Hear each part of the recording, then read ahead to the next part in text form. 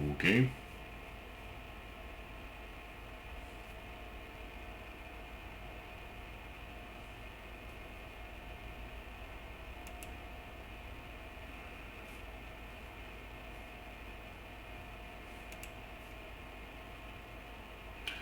Well,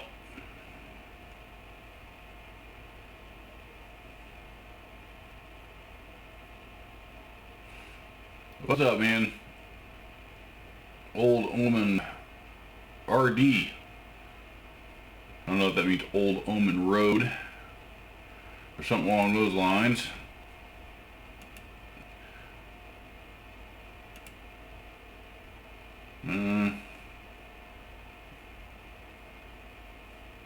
Well, my camera's working.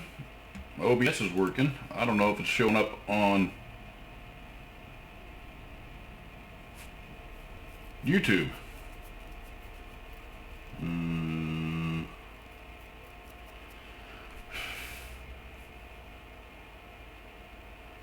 You guys see me? Okay. Yay? Nay?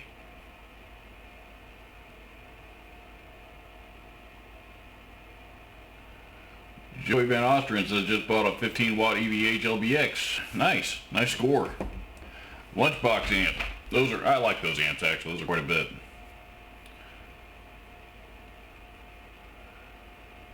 NASA, we have, okay. Well, you got sound. Do you have video?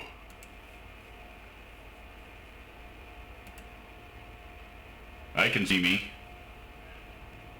Camera can't be accessed because it's being used by another application. Huh?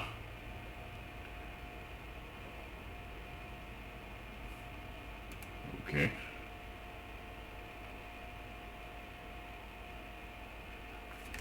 Yeah.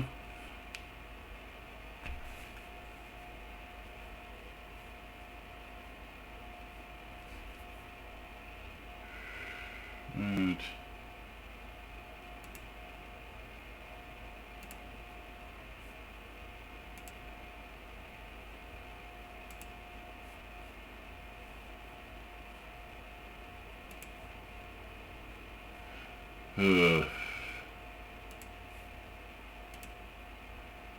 I hate YouTube.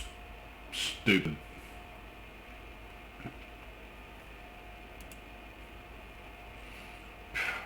Man, I hate YouTube's stupid streaming system. God, this thing's such a pain in the ass. It never works right. Never.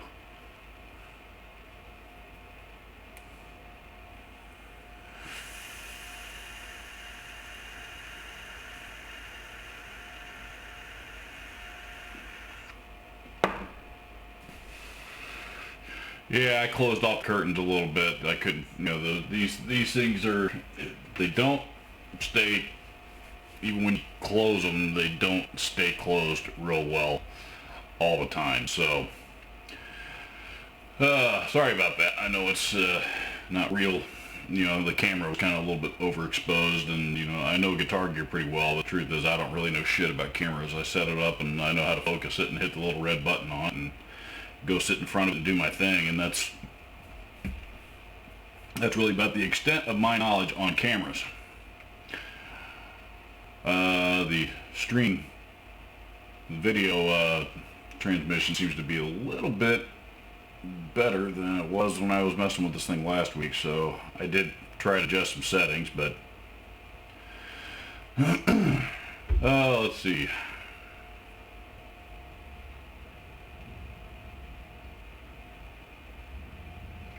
Mark Holt says, been rearranging my manhole during quarantine, and no, that's not a euphemism. I had, my guitar room needed a serious overhaul. It was to the point that, even I couldn't turn around in there, and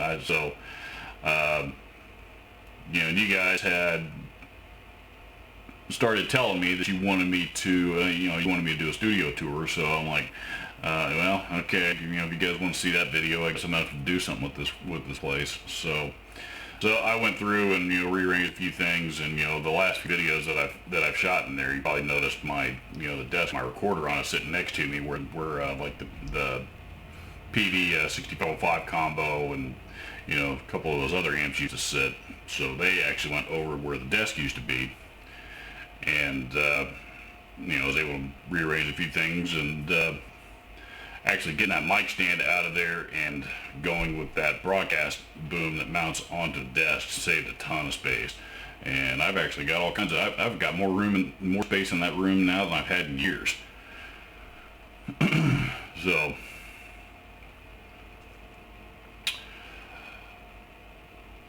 James Severin says, I'm feeling better after my bleach injection. Oh boy. Mark Holt says this is a better angle. I'm trying a few different things. This streaming thing. I mean, the streaming thing's fun. It's cool, but the truth is, it's kind of a huge. There's parts of it that are a huge pain in the ass, and I've only got so much desk space to work with here, and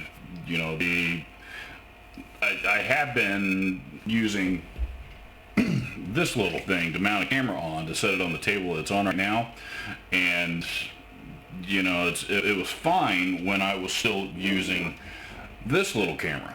This thing is small and doesn't weigh much at all, and it's perfect for that. But when I went to when I upgraded and got the Panasonic that I'm using more now, come here.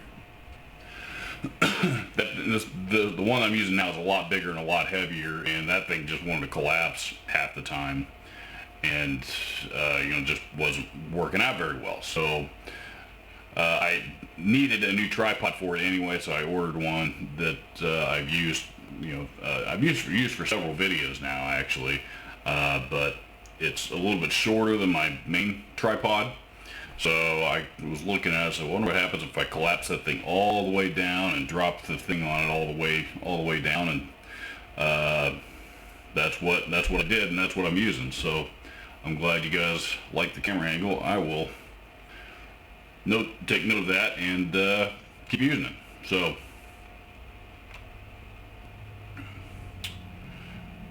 let's see here.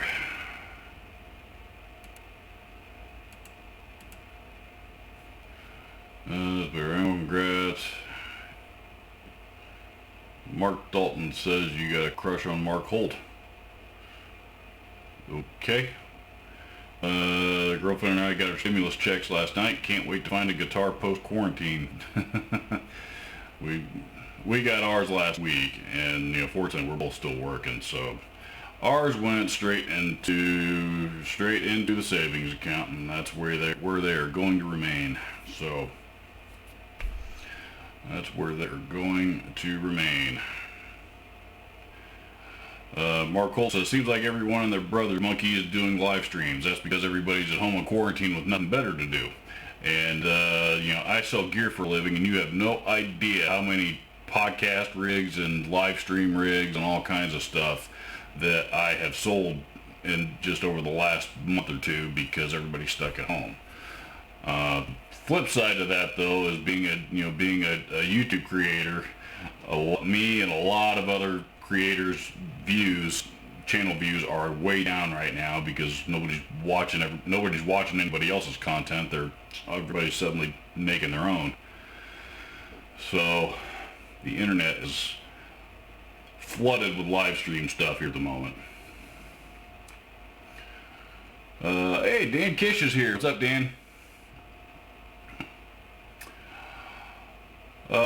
Still interested in doing a collab track? Yes, absolutely. We talked, I don't know, it's probably 6 months, maybe not quite 6 months, 4 or 5 months ago, the last time we talked about that, I guess. Maybe not that long, but, yeah, absolutely, man. I'm just,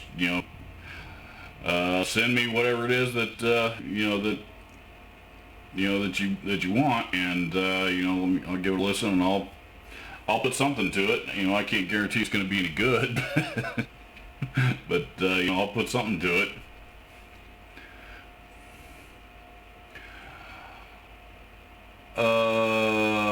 Let's see. Everyone's been ordering mic interfaces from GC like crazy. Yes, interfaces and like interfaces and mixers and like what's that new podcast mixer thing that just came out recently? The Roadcaster thing is what it's called. Those things are we're selling a lot of those. Basically any USB mixer right now. USB mixer and or interface.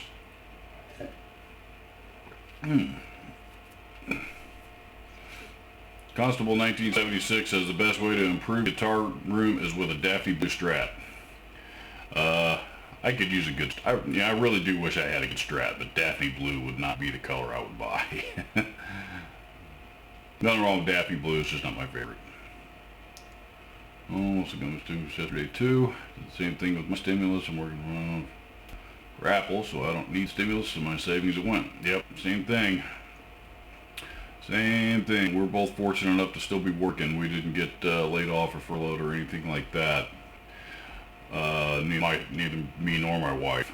So, matter of fact, I've been doing, I've spent the last couple Saturdays doing this live stream stuff because, my wife's actually been going to work. So, she doesn't like to be here when I'm doing the live stream stuff because, if she has to walk past me or something, she's afraid that she doesn't like to be on camera. So.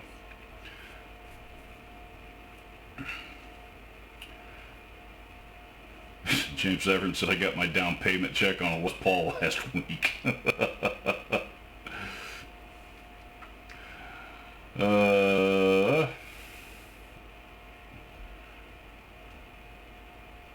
George Hen says I ordered some new monitors. I'm saving the rest of mine. Dan Kish says, Robert, what are your thoughts on blocking a trim bridge to a solid position as just cranking down springs to hold it tight to be the body? I never really understood the logic behind blocking a trim. If Floyd Rose or anything, why if you're gonna block it, why would you just why not just buy a guitar without a Floyd Rose on to begin with? I suppose it would make, if you want the Floyd Rose for tuning stability, but you don't want to mess with the headache of you don't want to mess with the headaches of changing strings and setting them up and all that kind of stuff. That would be like the only scenario that I can think of where that would make sense. The only scenario. Beyond that, if you don't want a Floyd Rose, I don't understand the logic in buying a guitar with a Floyd Rose. So I don't know. Maybe there are some other reasons out there. I happen to be I like Floyds, so I like Floyds and I know how to set them up. And even though it took me a while to learn that, but I know how to do it now. So they don't bother me.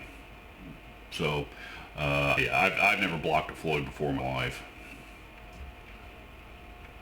Neiman says, hey Robert, have you ever tried a Marshall JMD1 amp? Yes, I have. I've played several of them and I think they're awesome.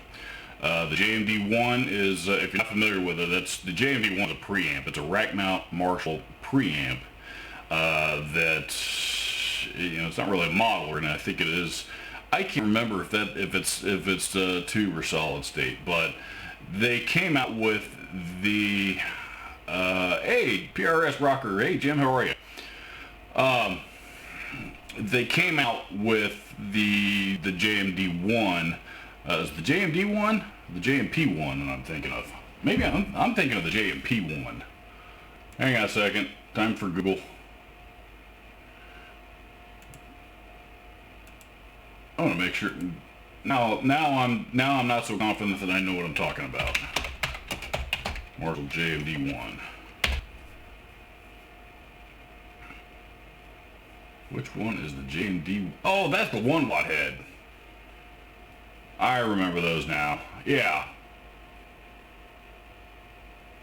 No, that's not the one I'm thinking of either. No.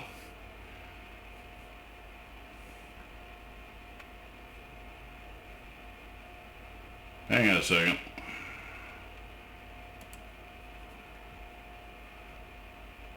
I'm digging into this as I'm I remember those. I remember those. Okay. God, yes, I know you use cookies. So does everybody else. Quit clogging up my screen. Yeah, I remember those. Yeah. It seemed, I can't remember if maybe I did try them when they first, when they first came out. I mean, I'm looking at a review around 2010 from, was this Premier Guitar?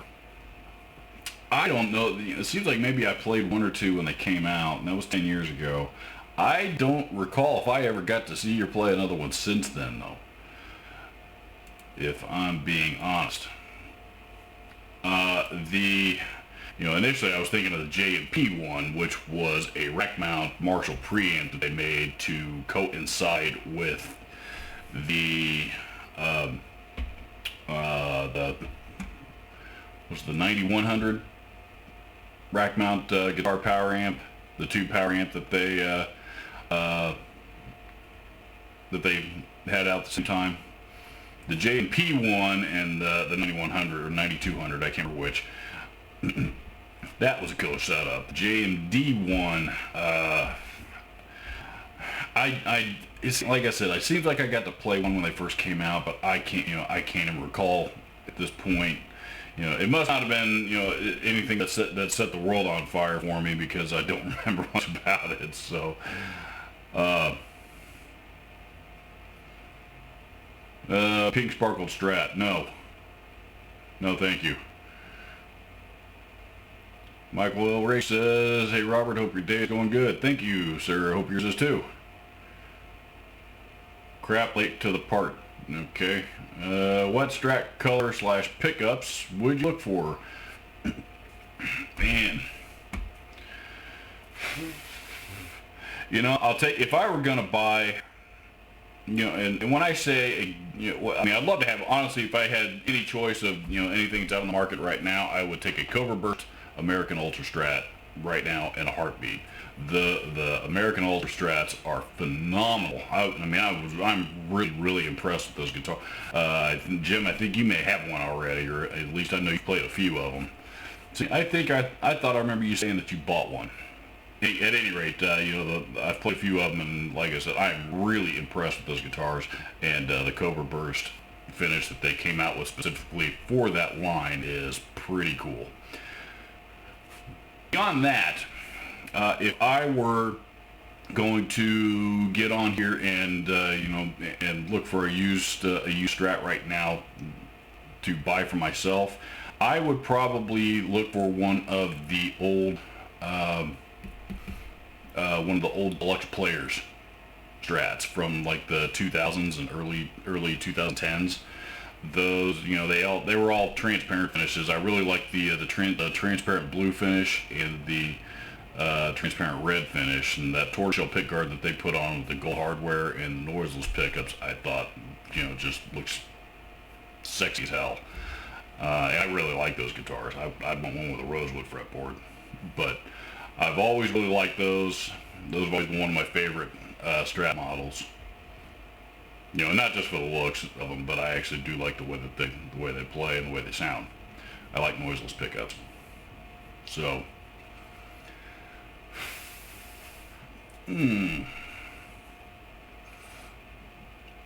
Hey Rodriguez says, "Hey Robert, we got another 28 people in here right now. PRS rocker Michael O'Rakes, dude whose name is in Cyrillic. I assume it's a dude anyway. Constable 1976, George N, Ed Rodriguez, Dwight Bailey have all hopped in to join the soiree.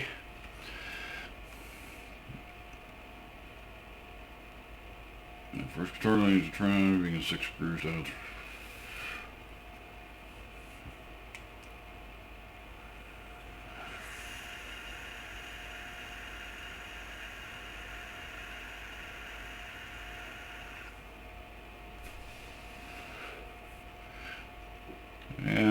PRS Rocker says, love the new chair, looks awesome. Good. We've been, he and I have been texting back and forth about computer chairs and gaming chairs after I did the video on this chair that went up last week. I think a few of you guys actually, I'm kind of surprised how well how much you guys seem to enjoy that video. I guess there's a few of you looking for a good chair to sit in, and please forgive Zoe for barking at nothing in the background. She's generally pretty quiet until like a bird or something flies by the window. Then when that happens, then she'll go nuts.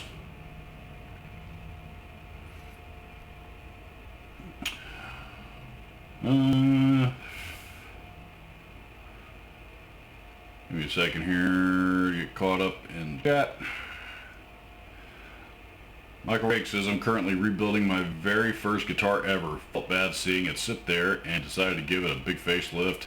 Old 95 made in Mexico Squire Telly. One of the ones with the main fender. Squire Telly made in Mexico? Really?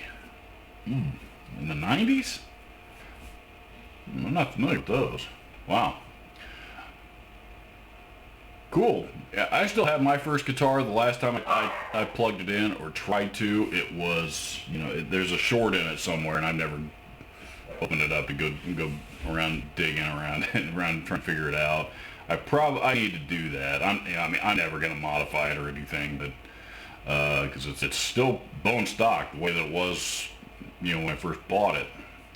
It is just a cheap. It's a brand is called TSX 2000, which was a Strat copy back in the 80s when I bought it. But I can't find any information on it out there anywhere today. Nowhere. Never seen another one. So I'm wondering if they weren't like some proprietary brand of the local shop in Houston that I bought it from at the time.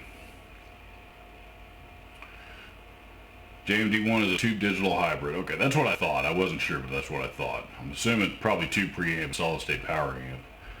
That's the way most of them do it nowadays. Though when Marshall first started doing the hybrid amps, like back in the late 80s, early 90s maybe, I want to say the first one was actually flip-flopped. It actually had a solid state preamp and a tube power amp section.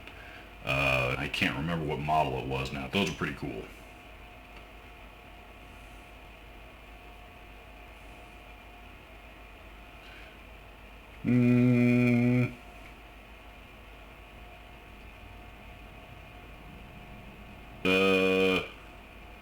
The dude whose name I can't read because it's in Cyrillic says, this is impressive. You didn't know something and now you research. I thought that's what most people did.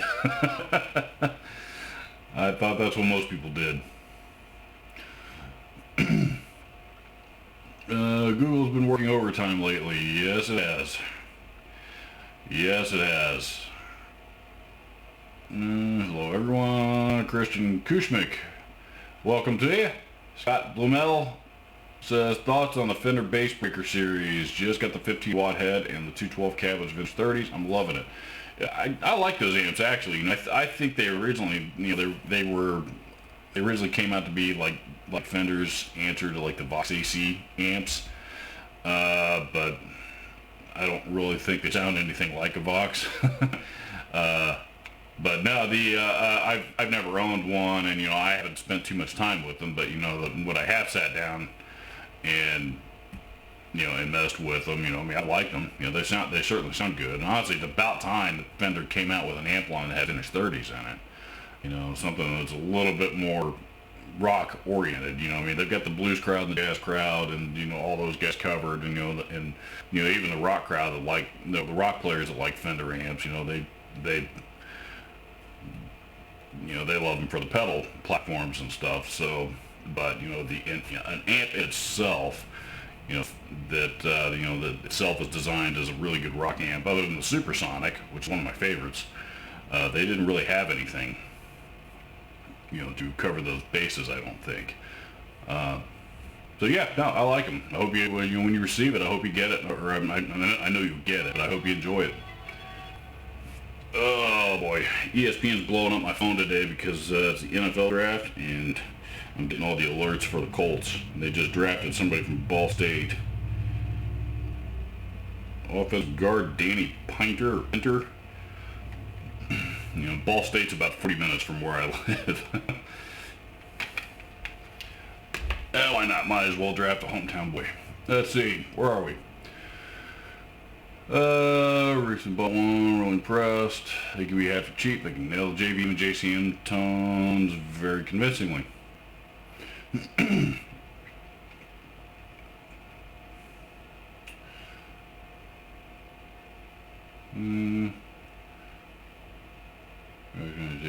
P50. Stupid question. Ed Rodriguez says, stupid question. Which you prefer, RR24 or ESP Alexi Sawtooth model? RR24, no question. The Alexis are, well, number one, you know, the ESP version of the Alexi is too freaking, I mean, you know, those are too stupid, you know, too expensive anyway. And you know, the LTDs are okay, but I can't. I've never been able to get on board with the LTD stuff. You know, that the quality of that brand just seems to go up and down so much.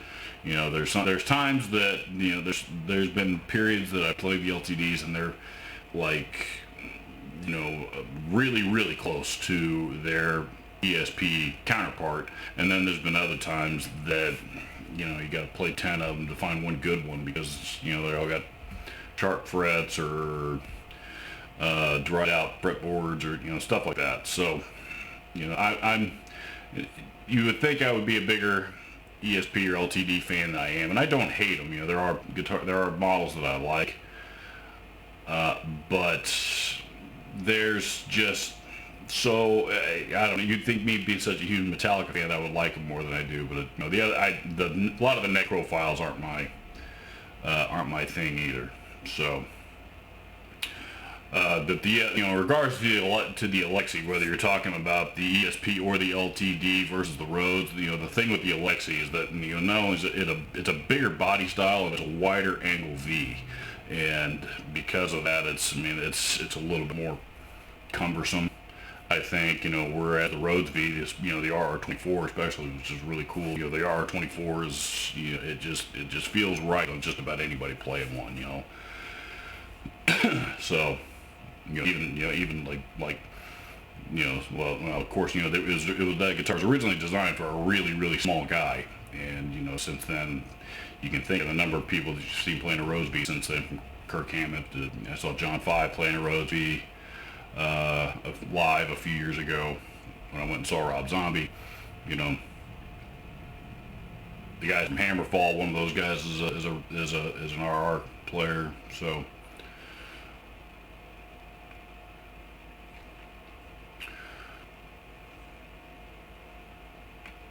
Give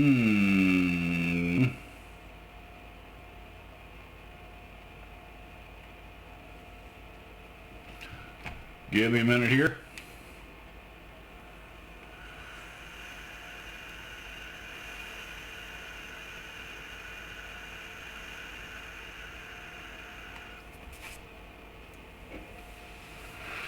The chat's kind of jumping back and forth here a little bit as I'm scrolling up and down, because I'm trying to make sure that I don't miss anything.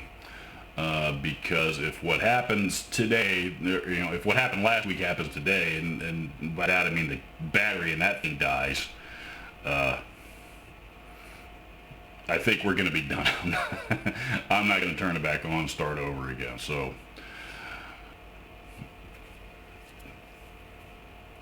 And I think that got a little tiresome for you guys too.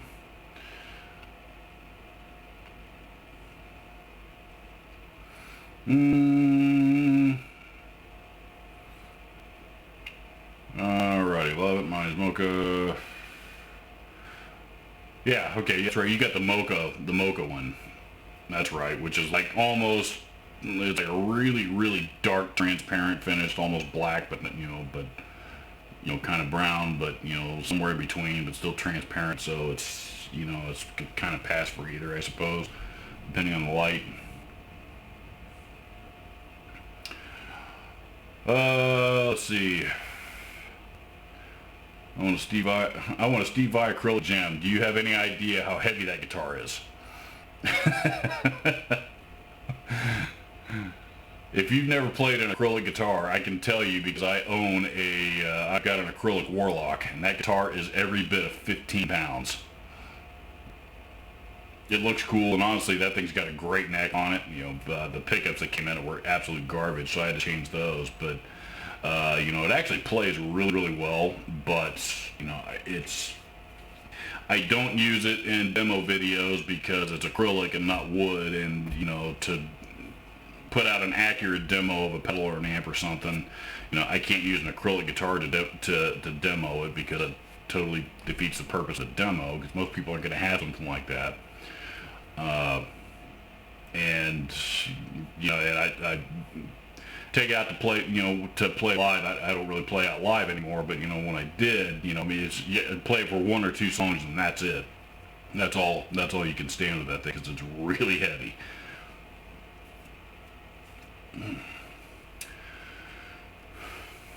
Let's talk about the Marshall MV1. Marshall MV1. That's another one I don't remember. I know Marshall's pretty well, but I don't remember a Marshall MV1.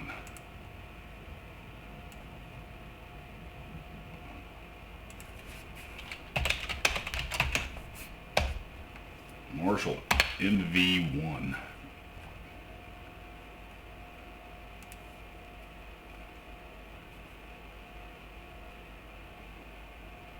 I don't think there is such a thing. That's pulling up Marshall headphones and a transit van of some kind called MV1. Yeah, I don't think that exists. Hear about Sam Ash laying a good portion of their let me reread this. Hear about Sam Ash laying a good portion of their workforce off. I see. I hadn't heard about that, but you know, it doesn't surprise me. Were they laid off or were they furloughed? You know, I mean, they're you know, I mean, they're in the same boat as just about every other, you know, large retail location, you know, except I don't think, you know, I don't think they do nearly as much business online as, you know, some of the other names. So,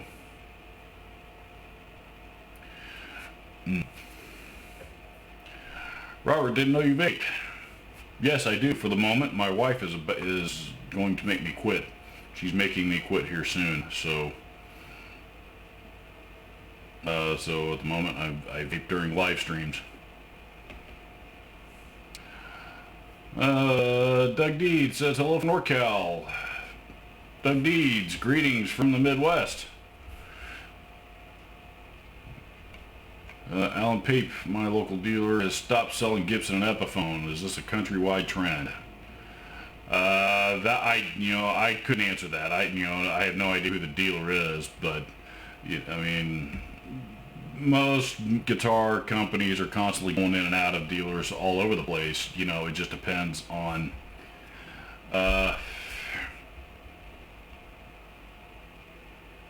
you know, it just depends on the needs of the dealer and, you know, what their customer base wants them to carry. So, you know, Gibson, of course, being the largest guitar company, I mean, it's inevitable they're going to have some, you know, some come and some go.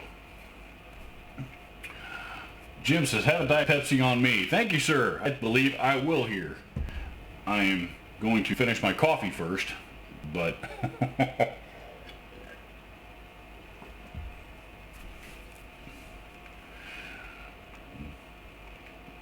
Jim left that comment up in the top chat, by the way. Thank you, sir. The joys of working at home. Love it. Being in a webcam session and wife or friends walk into the camera.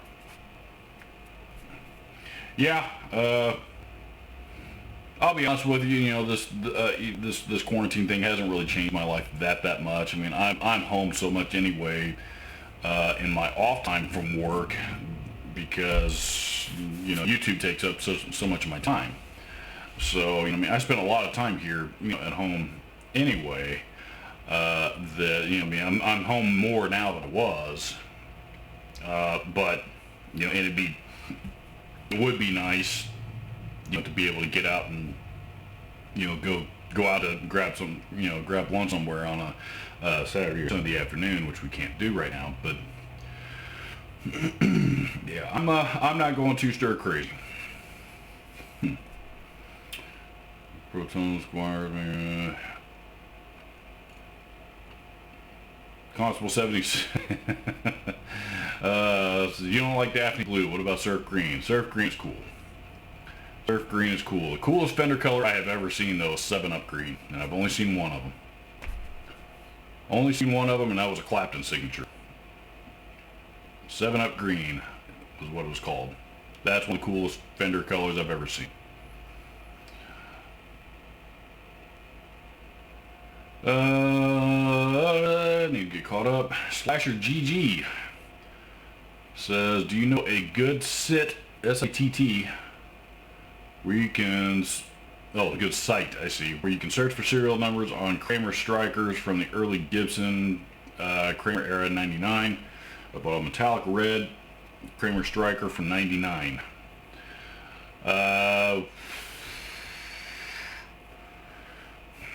I don't. The old Kramer website would be long defunct by now, after they got bought by Gibson. Well, I guess that would be early Gibson era. Gibson bought Kramer in, was that 96 or 97 or something like that? Yeah, I don't, unfortunately. Couldn't tell you. I don't know what info you might need on. I might know the answer. I know something about Kramers. I learned a fair amount anyway when I got a hold of mine once upon a time, and I was able to decipher the serial number on mine well enough anyway to figure out that it was 84.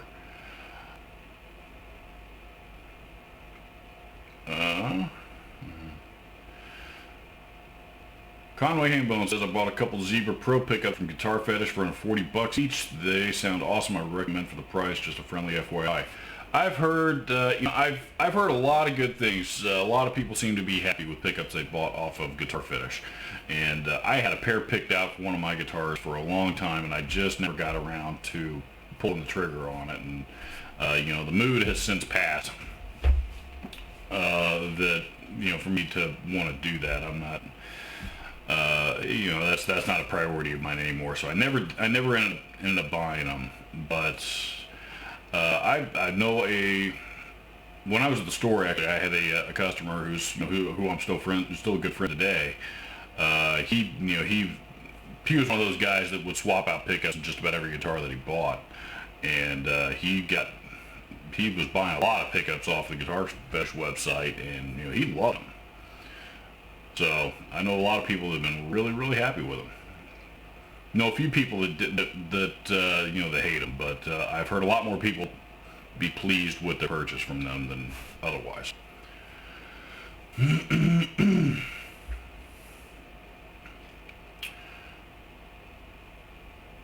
Let's see. LTD 1000 series and the most consistent in my experience. In the LTD lines, I would agree. I like, the 1000 do seem to be pretty consistent.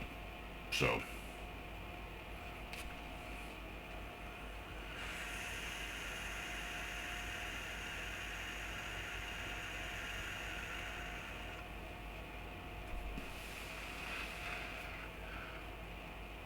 GFS stuff is actually quite decent. The Viper series.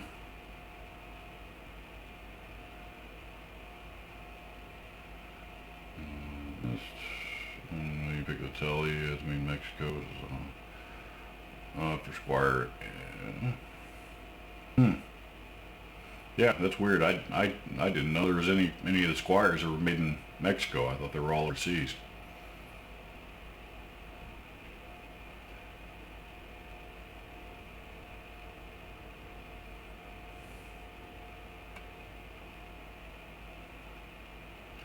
Place Steinberger Spirit. Boat more for acrylics. Caesar Ponce.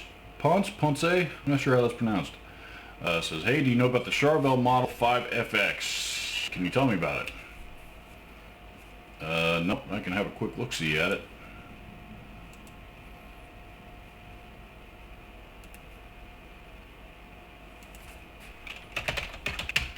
Charvel 5FX. Oh, it's a Model 5. Okay. Yeah. Yeah. I have one, as a matter of fact. I don't have the FX version, but I do have a Model 5.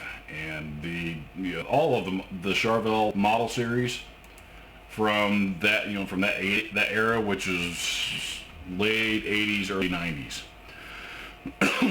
And kind of a narrow window in there. It was like from 87 to like 91 or 92. So it was only for like 5 or 6 years. But really what those were made Japanese versions of the USA Jackson guitars. And most of the Charvels actually came with USA Jackson pickups from that era. The FX version, I'm not sure what the FX signifies, but probably has something to do with the finish or the pickup configuration. I have a Model 5, and mine's a dual humbucker version. All of them, all the way up to Model 1, for example, that you would get more features as you stepped up.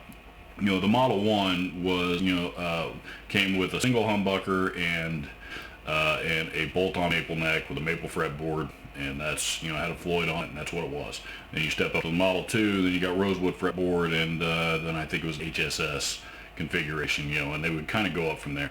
When you got to the Model 5s and Model 6s, those were the neck-through models, and those are the more expensive ones. I can't recall what the exact difference between the two was. I think the 5 was dual humbuckers, and the 6s was either HSS or HSH. Were the two versions of that you could get. So, and there was some variations on them depending on the year. But yeah, if you got a shot at buying one, I would recommend it because they're very, very well made guitars, and the guitar community has begun to discover that in recent years, and the value of the model series, Charvel model series, have gone up a fair amount, in the last 4 or 5 years. So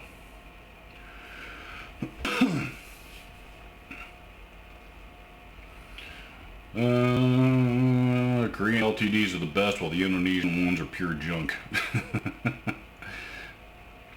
Have you seen John 5's Lava Lamp guitar? Yes, I have.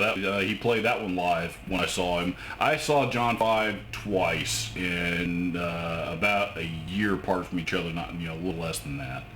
I saw Rob Zombie twice, and both times here in Indianapolis, though at 2 different venues. But of course, John 5 was playing with him both times, and he pulled out the lava guitar for both of those shows. And that's one of the things that he's known for. If you're not familiar with it, he's got this acrylic telly that is filled, that is kind of filled part of the way up with like this neon green or red, or I think he's got a couple of them, some different colors. But this neon, this acrylic telly that's hollowed out and filled up with this liquid, neon-colored liquid that's sloshing around while he's out there, running around on stage.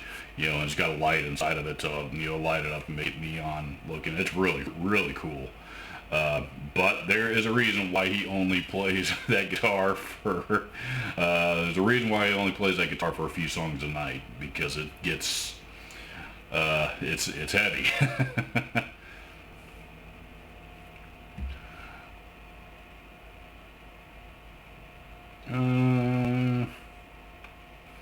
Hey, Guitar Hack has joined us. What's up, man? Long time no see. I don't know that we've communicated much since you had me on your show once, probably close to a year ago now. It's been a while. It's been a while. George Hen's mentioning the Marshall Mode 4. Marshall Mode 4 is awesome. I love the Mode 4. I'd love to have one of those. A few of you guys were kind enough to track a couple of them down when I mentioned them in a video here a few months back.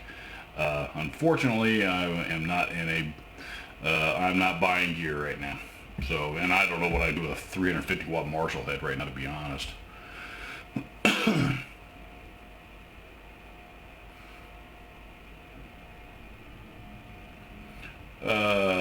Michael Rick says maybe he means Marshall MV1 as Master Volume First Series. That would be the early JMP. Yeah, okay, that can make sense. Yeah, if that's what he's referring to. But I don't know. Everybody abbreviates, just types initials for everything nowadays. So. Non-existent human says Sam Ash's U section blows. I don't know, man. I think a lot of it depends on the store that you're at. I have actually, I bought a few guitars, a few things from their U section before. Not always, but not a lot. But I have a few. I bought a few things there. It's honestly, because I get such a good discount, it's tough for me to buy from buy much stuff from anybody else other than my employer. So I'm a tough sell, but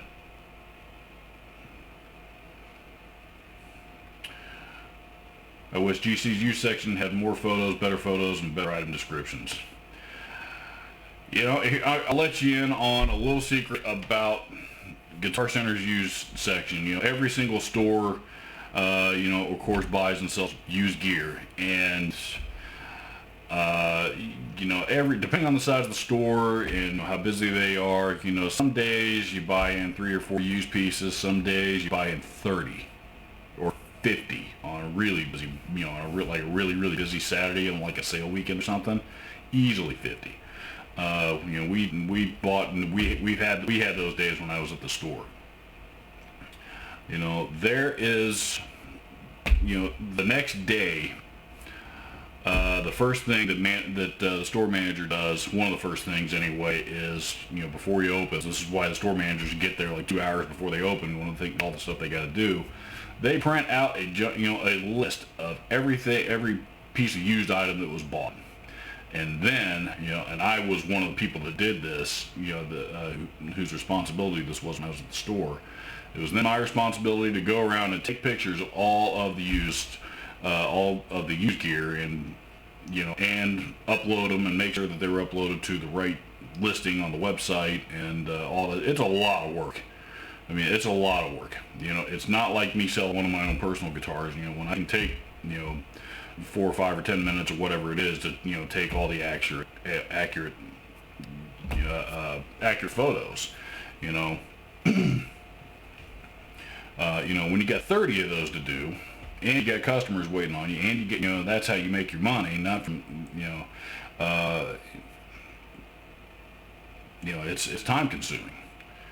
It's very time consuming, especially the upload process. So, if it's a piece of rack gear, forget about it. So, yeah, it would be nice if they were able to put up detailed photos of every single used piece that they buy, but it's just not possible. It's just not possible.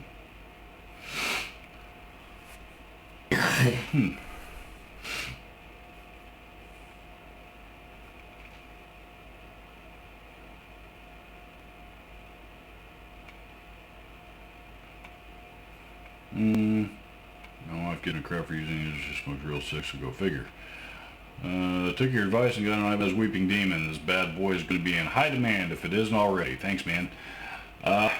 I've been a big advocate for the Weeping Demons for a long time, man. I own 3 of those, and my oldest one I've had. I don't even remember if I bought that one new or used. I think maybe I did buy that one new. I think I did, but I've had that thing 15 years now, at least. And it's never failed me. Never failed me, and it's always sounded killer. I love that thing. I love that thing quite a bit. Great wah pedal.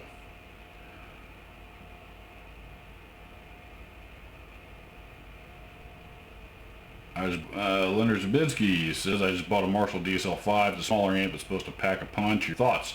All of the current DSL series, I get this question a lot. All of the new DSL series amps are killer. I think they sound fantastic. The previous generation, which was the one that replaced the original Marshall JCM 2000 DSLs, were, they didn't. I don't think that, most of them anyway didn't sound too much different from the originals, from the JCM 2000. But they were made in Vietnam or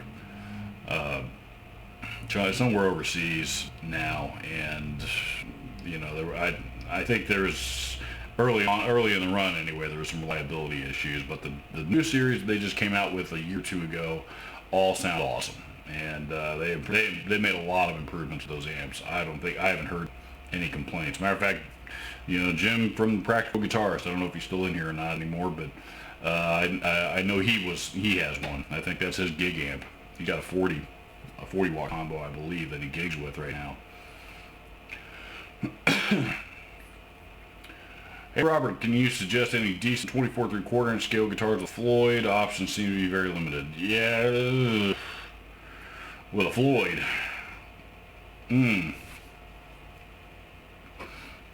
I would have to give that some thought. If this were the 1980s, it would be a lot easier. And Hammer would probably be the place to go. My Hammer Scarab actually is a 24 3/4 inch scale guitar with a Kaler trim on it. I love that guitar. But with a Floyd, I don't know. I have no idea. Floyds just seem to be built for 25.5 inch scale guitars. That just kind of seems to be where they perform best. I'd have to do some digging. I can't. Yeah, I couldn't answer that effectively on the fly. Nothing comes to mind.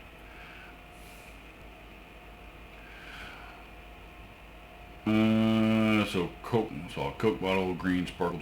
Okay. Guitar Hack says, Robert, have you noticed the prices coming down on gear yet? And hello. No, matter of fact, just the opposite. I see, what I have noticed is dumbass guitar players that are, this pandemic going on and Amazon's shipping times being extended so much farther out than what they usually are. All of a sudden, everybody's used crap is suddenly worth gold now. I've seen people charging full retail for their used Boss pedals on Reverb and stuff, plus shipping. So, and I suppose there's something to be said for supply and demand, but, as far as, prices of gear, like retail prices and stuff, even on new gear, it's not coming down. It ain't happening, because, as I mentioned earlier, the retailers are going to be guarding their profits pretty hard. They're going to be guarding their profit margin as much as they can. So, and to be fair, that that's what they're going to have to do to be able to stay afloat. So, when this whole thing is over, I got a feeling we're going to see quite a few. There's going to be some serious changes in the world in the long run. A new normal. I'm hearing a lot. I've even heard my own company refer to a few things as what will be the new normal. So.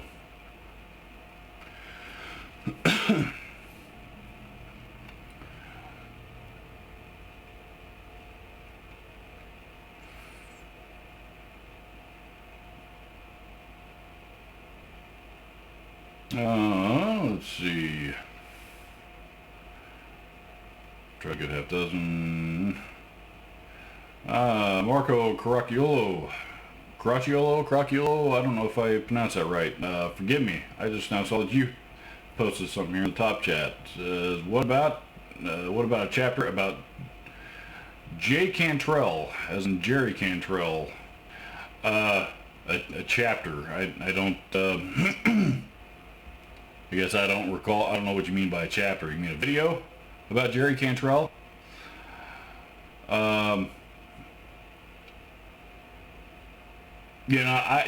Most of the time, most of my videos are focused on gear, and A lot of times, gear is of course, related to, related to a specific artist. And believe me, I'm a huge Jerry Cantrell fan. Anybody that watches my channel knows I love Jerry Cantrell. I would really like to try one of his the new signature Friedman amps that just came out, and like JJ, the J Friedman, or what's that called, the JJ. I think it's just what it's called.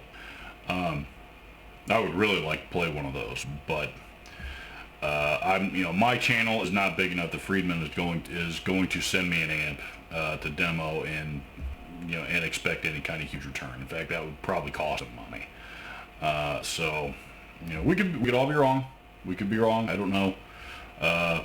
But typically when I post a new video, especially if it's a gear demo, the number of views that my channel, that my videos tend to get, and it does vary a little bit, but generally speaking, the big high-end companies like that are not going to come out, or generally don't feel that they're going to profit from it too much. So need to wait until I get a little bit bigger before I can start hitting up those companies to do for demos like that. I think it's fair to everybody.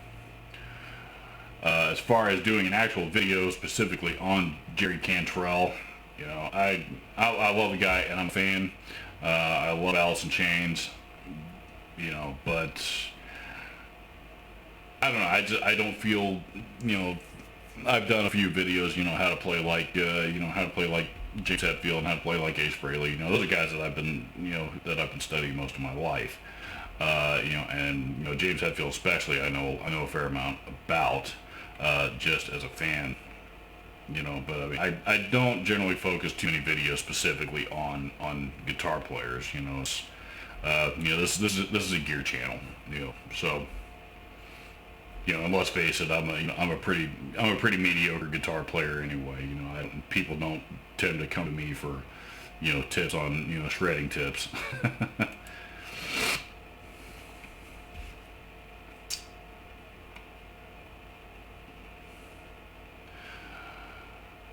Let's see. Pawn shops have been nice lately. I haven't been into a pawn shop in years. Georgia, and are people paying full retail though? Some are. Some are. I mean, there's what I understand anyway. I don't deal with the, while I do work in the MI business, I don't deal with the consumer crowd too often. As I primarily sell to businesses and churches and touring artists and professional studios, restaurants, bars, venues, things like that. So so I don't deal too much with consumer crowd. But from what I do understand from people that are still over on that side, there's plenty of people that are there have been plenty of sales made at full retail. So. Chaotic One says this. Hey Robert. Hey Chaotic One. Gear seems to be going up in price here in Tucson. Yep, yeah, that's what I've noticed. COVID-19 made things weird now. Yes, it did. These are some very, very difficult and trying times that we're in.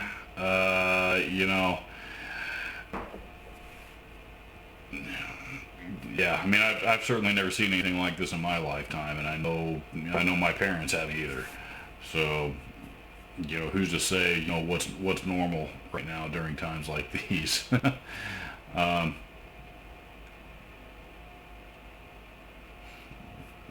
eBay UK has Harley Benton selling for more than Tome and Yeah, see, that's what I'm discovering. The places that normally sell this kind of thing are sold out, so the people that do have them are price gouging people. And I mean, the last thing, unless it's something I absolutely have to have, there is, I'll wait, I'll ride it out. I'm not giving any price gougers a dime of my money. That's just based on principle. I refuse. I.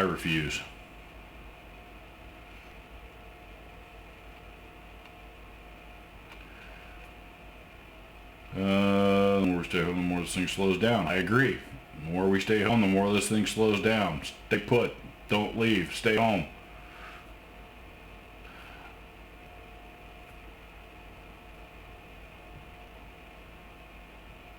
Gotta go through there. Scott Blumel says the Ace video rocked. Thank you. I'm glad you think so. For some reason, that, and I think I mentioned this last week, that video, for whatever reason, has gained a little bit of steam, and people suddenly started watching it out of nowhere. So, you know, and like I'm getting like a lot more comments on that video than I have in months, you know, or a year or so whenever it put up. So it's kind of strange, but you know, most people are lambasting me on it, and you know, I played literally about 4 seconds of the, you know, just as a quick example of the solo to Love Gun, and you have no idea how many people are telling me that I played it wrong. You know, why would you go to a, you know, to go see, why would you search for a video, how to play like Ace Frehley, or how to play such and such a song, and then watch the video, and then tell the fucking dude who's doing it that he's playing it wrong? If you already knew how to play it, why are you going to watch a video about how to play it? You know? Guitar players are douchebags. A lot of times. S-Fear6 says, hey Robert, what's your favorite metal band back in your younger days? Metallica. Metallica's been my all-time favorite band for most of my life. You know, since I was probably 6 years old, 7. Master of Puppets. You know, Master of Puppets came out. Whenever that was, you know, that's the one that hooked me. And then when Justice came out, and they really went over the top. You know, and they started doing, you know, headlining world tours. You know, I mean, James Hetfield is the reason why I play guitar. It always has been. He inspired me as much as anybody. So, hey, Justin Bryant's here. Justin Bryant is a personal friend of mine. He says, hey Robert, ironically, sales, Justin also works for Two Notes, by the way, so he says, hey Robert, ironically, sales have been intense for us and everyone's selling recording equipment. It's absolutely crazy. For today, at least, I couldn't tell you about tomorrow. Yeah, and that's kind of what we've noticed. You know, sales for, you know, recording and streaming, which of course you guys are top notch in, you know, regarding all of that stuff. You know, that's the stuff that's flying off the shelves. You know, not too many people are buying PA gear right now. You know, not a lot of PA gear being sold. Not a lot of you know dynamic live mics. You know, nobody's, you know, not too many, you know, huge Marshall stacks or anything like that. It's studio and streaming gear. And my dog's going haywire. Zoe. Matthew Lee says, hi Robert, enjoy your list episodes. My brother almost bought an Esteban guitar until I showed him your video. Talked him into buying an Epiphone Pro 1. He listens more to you than me now. You steered him in the right direction. The Epiphone Pro 1. I don't know what Esteban sells for nowadays, but I mean, I wouldn't pay $20 for it just to be able to light it on fire. Seriously, that was the most garbage guitars that I've ever got my hands on. Oh man, they're bad.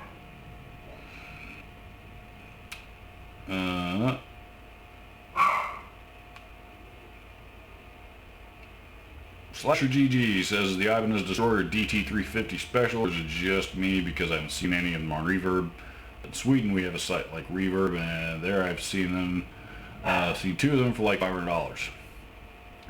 I don't know what what $500 in Sweden translates to here in the U.S., but I mean, DT350s are not that uncommon. You know, not that rare. I know they made quite a few of them. I don't know exactly how many, but you know, I've seen and played several. You know, it's one of those guitars that I've always really liked, but I've just never gotten around to buying one myself. they're out there. They don't pop up used all that often though, because they're really well made and a lot of people really like them. Like the Kiss and the Van Halen fans hoard those things. So.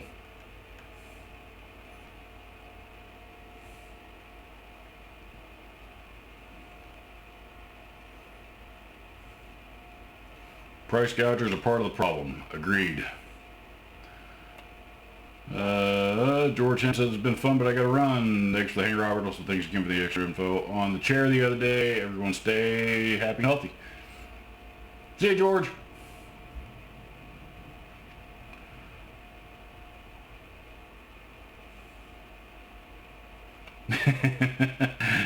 You guys may see somebody down here towards the bottom of the chat that's by the name of Faith Jackson. She says, yo. So welcome my lovely wife to the soiree, and she hears our dog barking in the background, which is why she's yelling at Zoe through the chat. I'm trying to keep her quiet. Paul Baker, another friend of mine. Wow, a lot of Paul Baker, Jack Mitchner. Wow, there's a lot of people I know, know personally that are in here. Park Kingery. Wow, this never happens. Quarantines are good for my live streams, I guess. Even my wife's in here. Paul Baker says, "Hi, Robert, loving the pedal board." Paul is one of our world's heroes right now, as he's working on the front lines, and he came over and bought a used pedal board that I wouldn't use. It was still brand new in the box, but it was one that I bought a while back and never got around to using. So he came over and bought it because he needs another pedal board. So good, glad you like it. The reason I never use it is because I already have another one of those, so that would have made two, and I use mine for my bass rig on the occasion that I actually do play bass, but like play bass in band, that is. Jack Mitchner's in here. Jack's a cool dude, man. Jack's one of those dudes that he's bought a lot of gear from me. So he's a pretty good drummer, and I've seen a couple of videos with Hit Band. What's your channel, Jack? Post your channel there in the chat so people can go check that out. Band full of young guys, young rocker dudes in the Chicagoland area.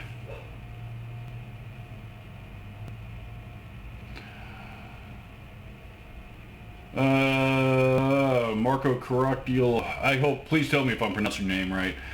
So you do a great job. Believe it, someday you'll have Friedman's attention. I hope so, man. The growth of my channel, I'll be honest, sometimes, and I know I shouldn't compare myself or my channel to other channels out there, but it seems like the growth of mine is a little bit slower than some others out there, and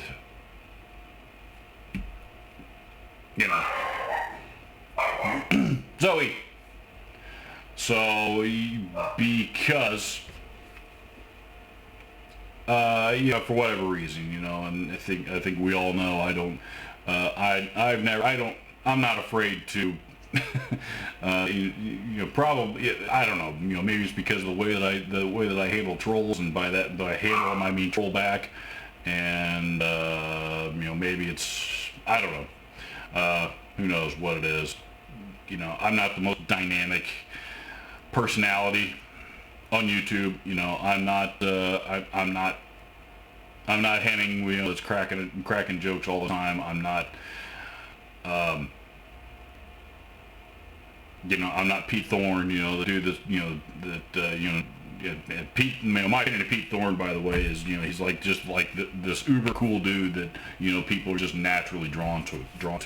And he also happens to be a very pretty okay guitar player, with a ton of experience. So, I'm not one of those guys, and, I think what I do have that most other channels don't is, is all my experience on the other side of the counter. What I see when you walk into the store, in other words, and what I experience, is what I like to think anyway sets me apart from other people. I'm certainly not the only person that's worked in the EMI business for a long time, but there's plenty of others out there. Matter of fact, Paul Baker here is one of the guys that, he taught me a lot when I first started.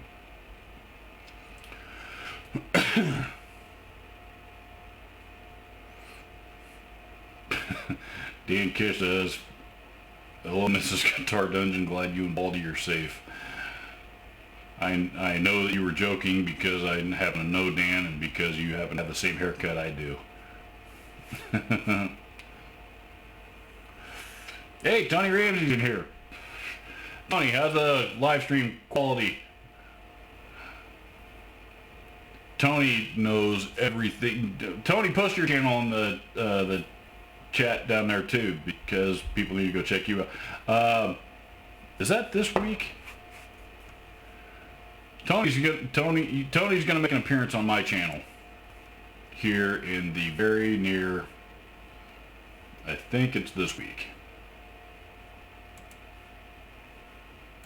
I think it's this week. I'm afraid if I navigate away from one of those tabs, that is going to end badly for everybody. Or me, anyway.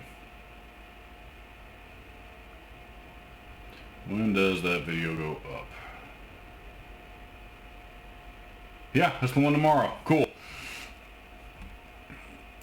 That is the one tomorrow. So yes, please make sure and pay close attention to the video of mine that you're going to see tomorrow, because Tony Ramsey is making a cameo appearance.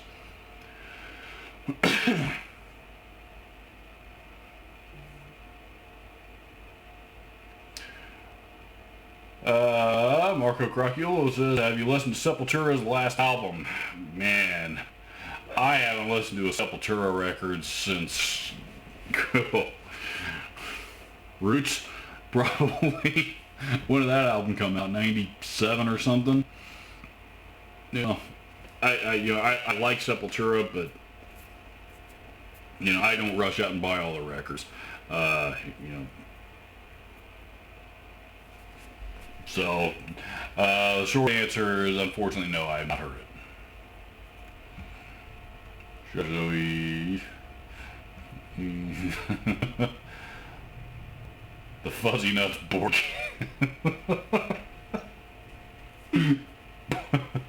Park King are getting ready to build a pedal called the Fuzzy Nuts.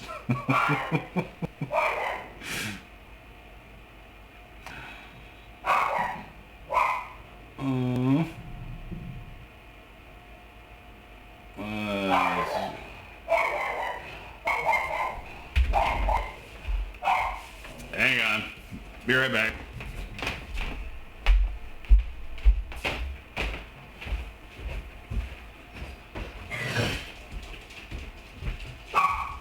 Come here.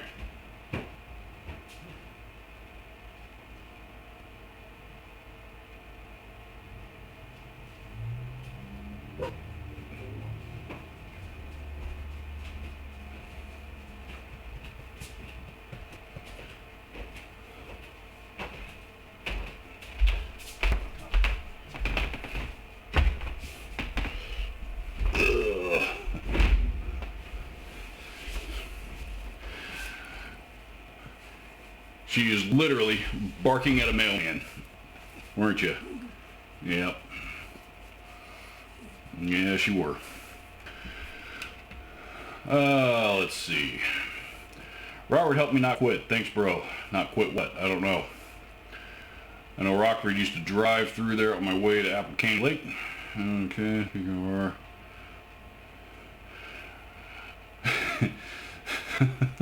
Dan Kish says, "Brother in baldness, speaking of our fantastic hairstyles, electric or standard razor?"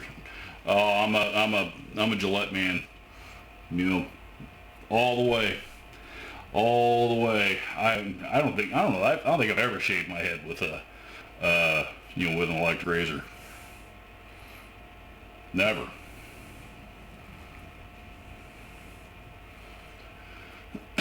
Mic quality sounds a bit scratchy. This shotgun mic is pretty cheap, to be honest. Yeah, I know. I originally told you the 25th because I had my, YouTube's calendar is messed up, man, because I think it puts like Saturday and Sunday on one end. It's not just a standard, you know, regular Sunday through Saturday calendar, and I read the stupid thing wrong. So,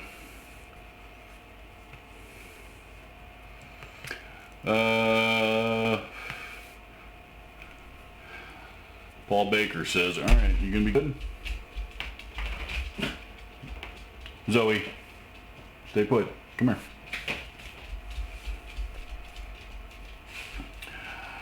Let's see. Now I've amassed a ton of gear. Let's see, a lot of the people in here, Robert, congratulations. I think people like you more than you might think. Well, I certainly hope so. I certainly don't mean to compare myself to anybody else, but, I'm human. I can't help but do so from time to time, I guess.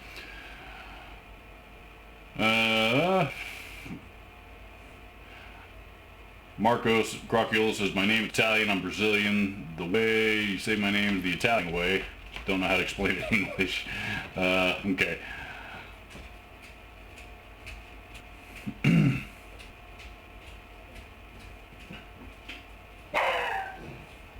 Hutch 333. I'm not going to repeat that. You guys can scroll in there and see that joke. Ramsey Music says I made a Gilmore Big Muff clone that I labeled the 70s. We were going to try that. We were going to demo that thing on my channel one day. We never did. That day, I think it was the last time you were over here, the time before that. I don't remember, but Tony and I, we never got around to doing that. Like something got in the way that day.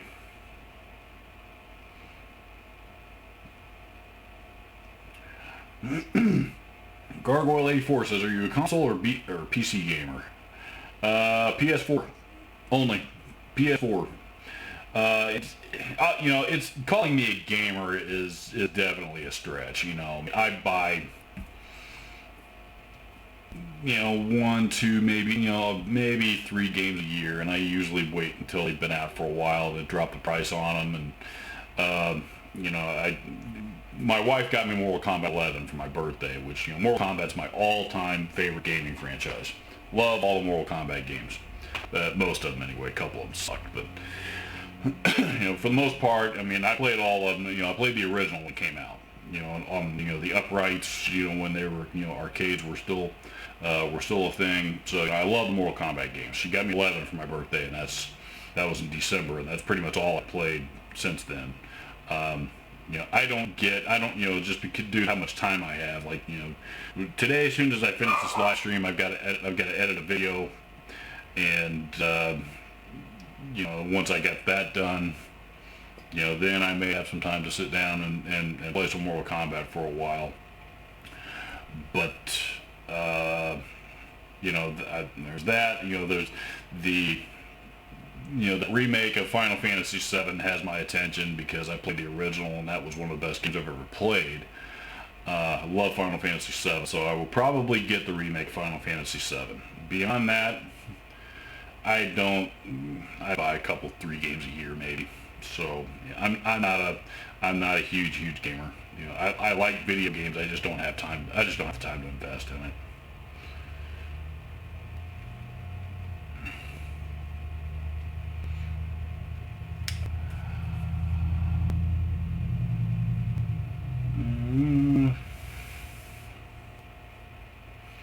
Non-existent human. Yes, matter of fact, here in the mini feed, you did. So I like the channel for your opinions outside the channel. Many of us like that, I'm sure. Also, what are your opinions? Does that thing show up anywhere?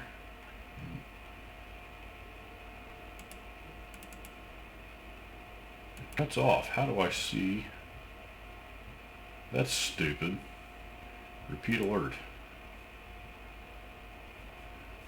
What is your opinion on SA?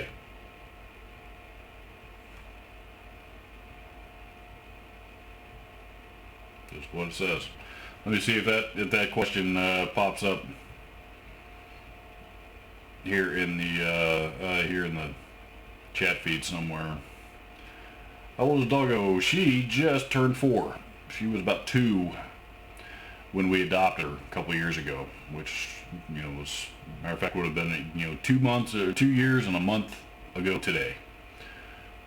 She was about 2 when we got her, and we originally thought she was about 3, but the vet took one look at her and said, I'm not that old, and which we looked at as a bonus. Just meant that we knew up front we were going to get an extra year with her than we thought we were. And she has been perfectly healthy, and other than barking at the mailman and birds flying by the window, stuff like that, she has been probably the best dog I've ever had.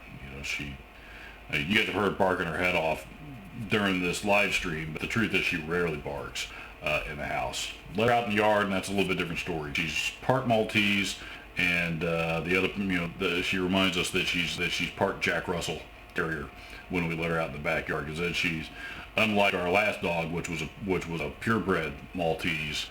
This one likes to dig, and this one likes to bark, and this one can jump, and this one is like our last Maltese, but with superpowers. Physical superpowers that Holly did not have. Holly's legs were about that big, and she couldn't jump. We had to pick her up and put her on the couch because she couldn't jump up there very easily on her own.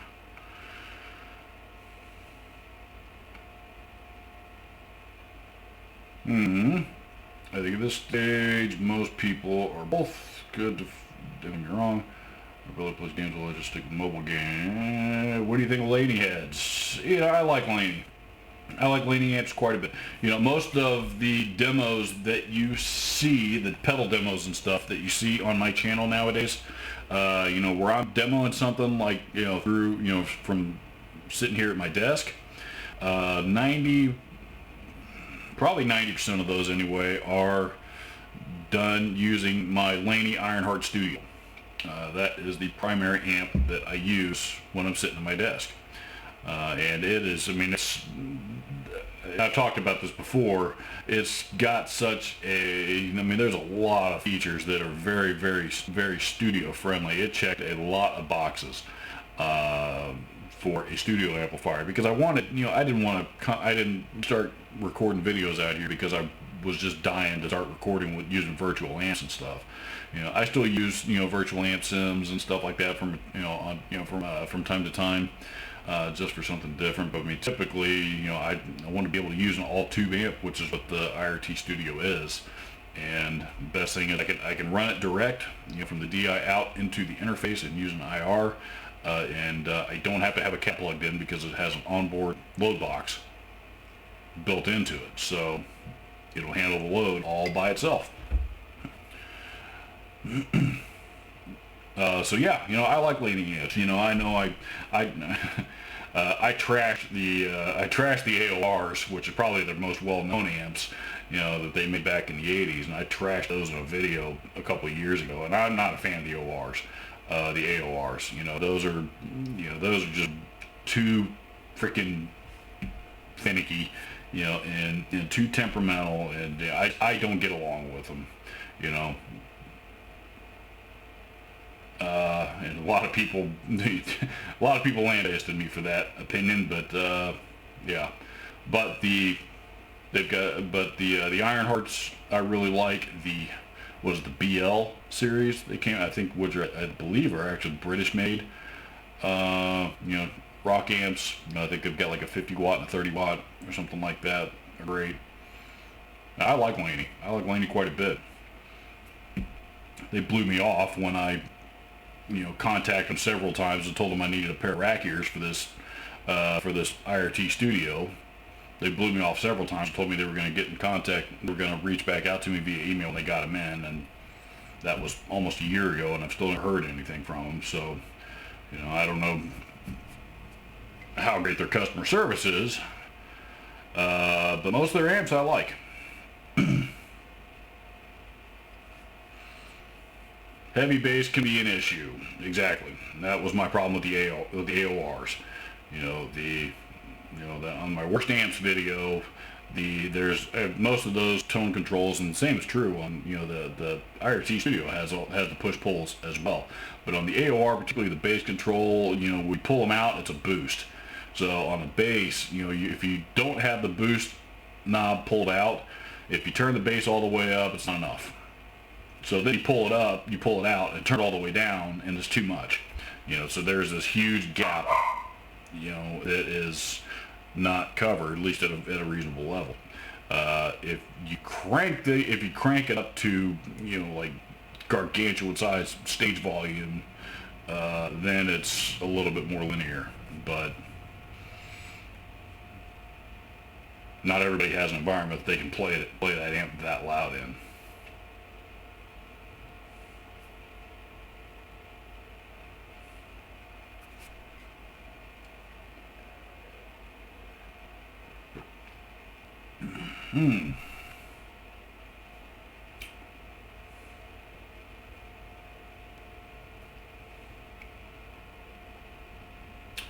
Ever played a Robin guitar? That question was from Luke Did Rhymes With. No, I haven't. Robin guitar, I'm not even familiar with them, to be honest. Post a link down there in the chat and I'll check them out. Doom Eternal's pretty rad. I played the original Doom. The original Doom and Doom 2. The IDKFA was my favorite crutch. and I typed that code in awesome.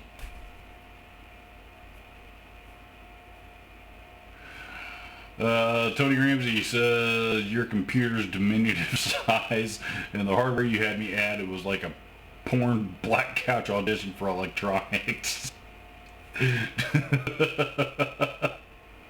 Yeah, I had Tony come over and install a new hard drive, an additional hard drive in my computer, and he just about, he almost didn't get the lid back on it when he got done putting it in. Didn't even have to worry about mounting it on a bracket or anything because it was so tight. He just plugged it in and closed it up. Anthony Baltusas is here. What up, Robert? What's up, man?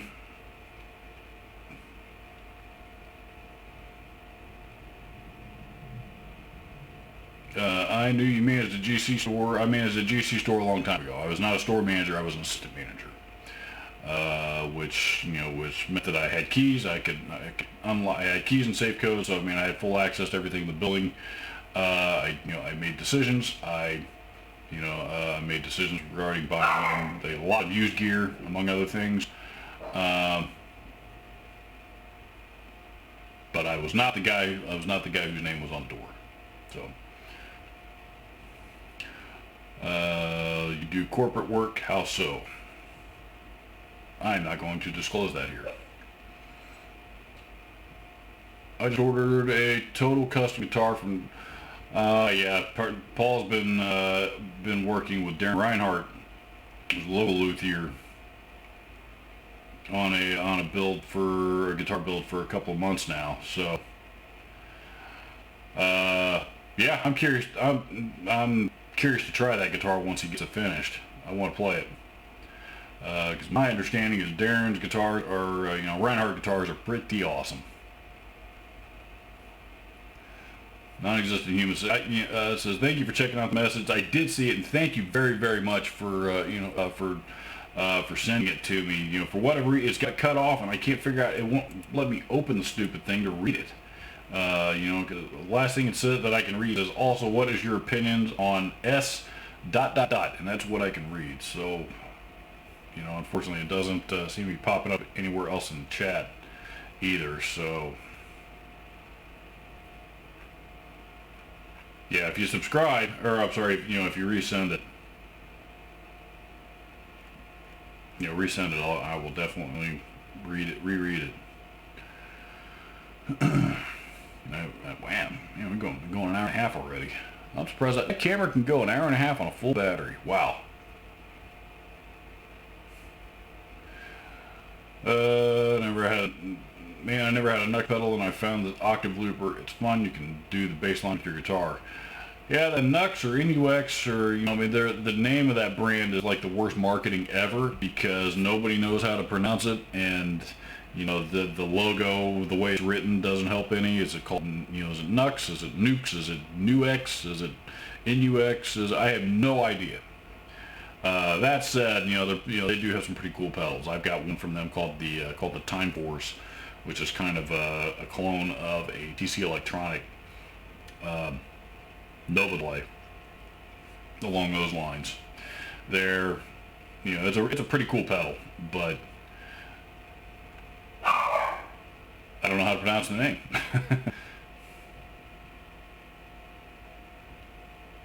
Anthony Baltusa says, what do you think about the Kiesel drama? Oh man, not much, to be honest. Who was wrong? I don't have any idea. The thing that really drove me nuts more than anything is that I'm not going to mention them by name, but there's the same YouTuber that was stirring the pot with another situation with this whole thing. The same one that was stirring the pot here a while back, and it just seems like anytime there's some kind of controversy going on, that's when you see this guy stick his head up. I generally have all the respect in the world for all other YouTube creators, particularly the guitar channels, but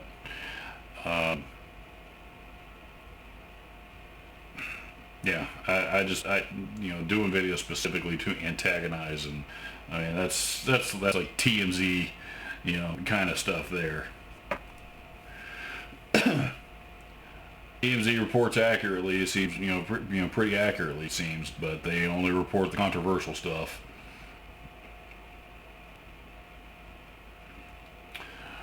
Rockin' Dave Byron's here. Robert, it says, hey Robert and all, hope you all doing well. Last game I played was Milton Bradley. Sorry, so I guess I'm not that much of a gamer. Not everybody is, that's okay. Especially nowadays, what I have learned, that's another really expensive hobby. So I do wish that I was smart enough to hang on to my Atari 2600, my original NES, and I still have my PS3, but my PS1 and PS2 are gone. All those gaming systems are gone.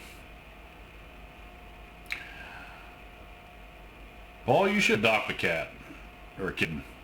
I bet your kids love that.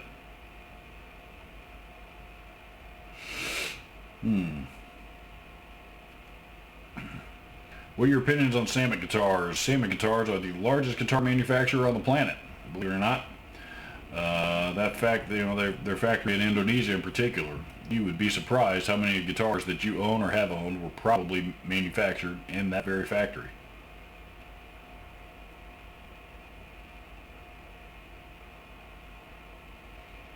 The other brands we should be looking out for, Samet is good. Oh man. There's so many guitar brands out there nowadays, and it just depends on what you're after, what you like, and what you want. God, man, there's so many. God, there's both import and domestic made. There's all kinds of stuff. There's a lot of companies that are making really, really good guitars right now. So yeah, that was the question I couldn't read all of. So my apologies for not being able to read it. But yeah, I mean,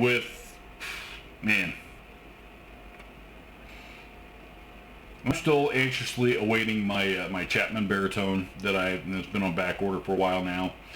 And I am really, really impressed with some of the stuff the Schecter's putting out right now. The new BC Rich guitars are phenomenal. From what I understand, they got some typical import finished flaw stuff, but overall, people seem to be really happy with them. Trying to think of what other current guitar brands. I mean, there's a lot of current guitar brands. The Harley Benton stuff is getting great reviews just about all over the place. And those are really affordable. Agile guitars, same thing there. God, man, yeah, there's all kinds of stuff. It just depends on what you want and what you're after. And how much you want to spend. and how long you're willing to wait for it. Because right now there's a lot of waits on a lot of stuff. And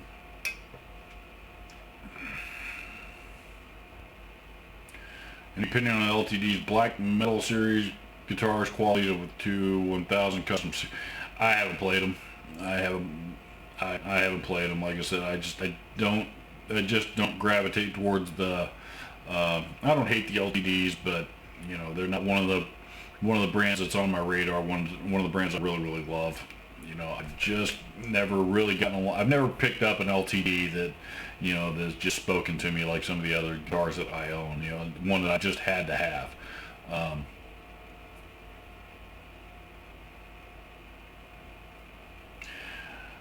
Ken K says, "Hi Robert, would you rate anyone you know of an amp will use less electricity with an attenuator switch set to the lowest setting compared to the highest?" Well, what an attenuator does, you know, an attenuator goes between the head and, you know, the amp head and the amp cabinet, or the speaker, if you will. It doesn't go between the speaker and the wall outlet. So, you know, the amount of voltage running from the amp to the, you know, running from the wall to the amplifier is the same, and there's nothing impeding that circuit. So I mean, that's the same. You know, the difference is, you know, with an attenuator, not an attenuator, is between the head and the cabinet. So you need two speaker cables, basically plug it in like you would a guitar pedal, if you will. So, and then put an output. So yeah, I don't. It's, you know, the same amount of electrical voltage should be used. Should be the same. Hey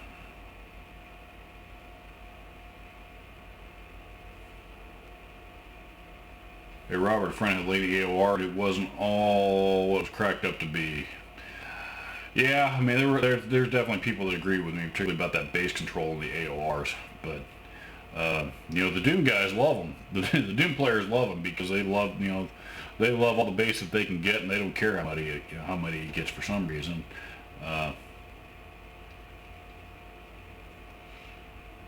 After the semi-pulse contact info, yeah, sure. Here, in fact, I'll do that right now.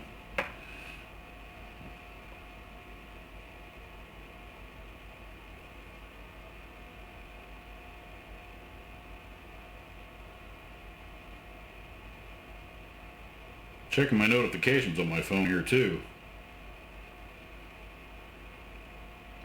And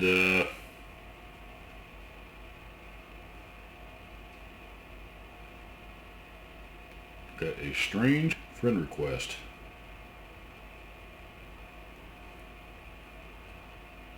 Yeah, here we go. Nope, there we don't go. Need there.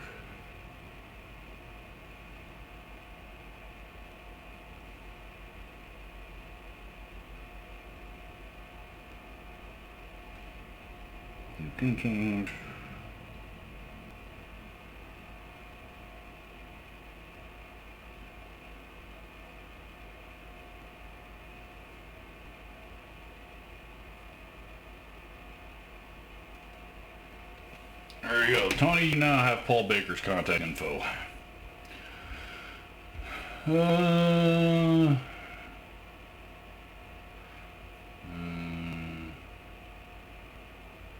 Paul should check us out at Indiana School Lutheran. Parking.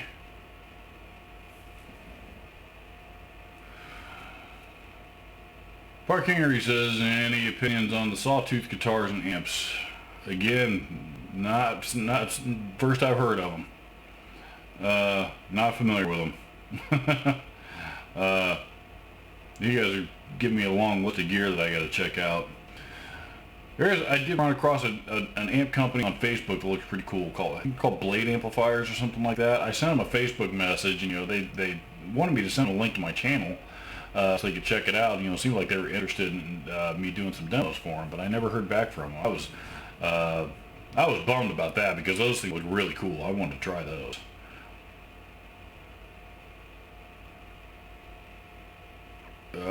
Rockin' Dave Byron says, hey Robert, do you remember Monroe custom guitars back in the late 80s? There's another one that I don't remember. I don't. I do not. Don't try to get wrong. Give me a minute or two to get caught up here, folks.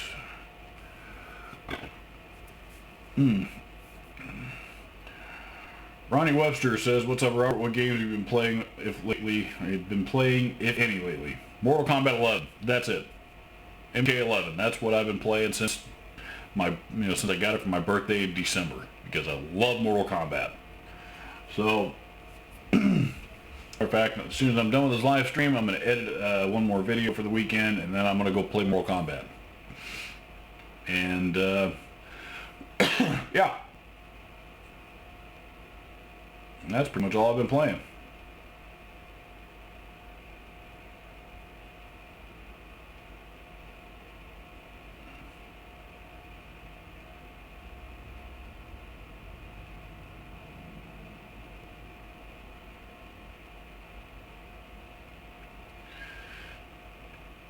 Anthony Baltuzza says, seems to be so much drama in the guitar community, only been playing for 2 years, and it seems always some kind of soap opera going on, less drama, more jam. You know, the last few months I will agree with you. But you know, there seems to be, and again, I'm not going to name any names, but you know, because there's a couple of specific channels that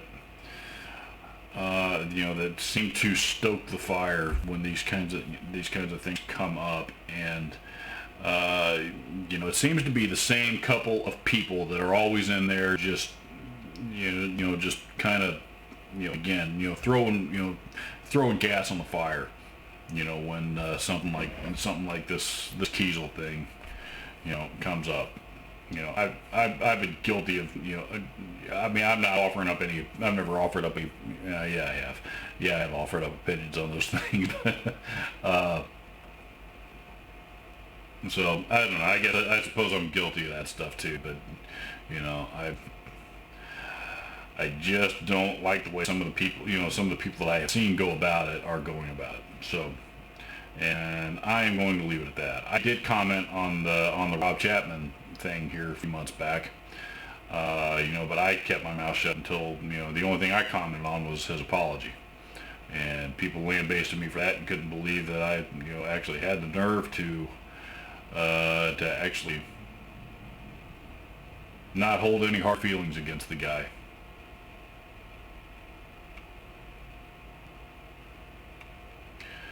Who's building Chapman guitars? That I couldn't tell you.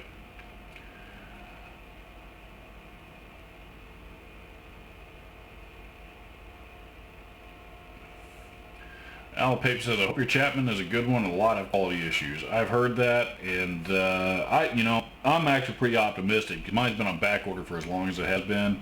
So, when I do get it, I mean, it's an import, so it will spend some time on a boat, but for the most part, the one that I've ordered has been on back order for a while, and I don't think I'm not liable to land one that's been sitting in a warehouse somewhere for 6 months or a year. So, Brian Mathiasen says, have you tried 7 strings? You mentioned baritones. What are your thoughts? Preference between Hughes and Kettner versus Laney? Yeah, I don't like 7 strings. They're just, that low B string is not meant for a 25.5-inch scale. And that's actually why I prefer baritones, because that longer scale, that longer scale is much more conducive to a low string, to that low B, or even more than that if you're talking about the stupid ridiculous thing on an 8 string, which I don't understand the point of, but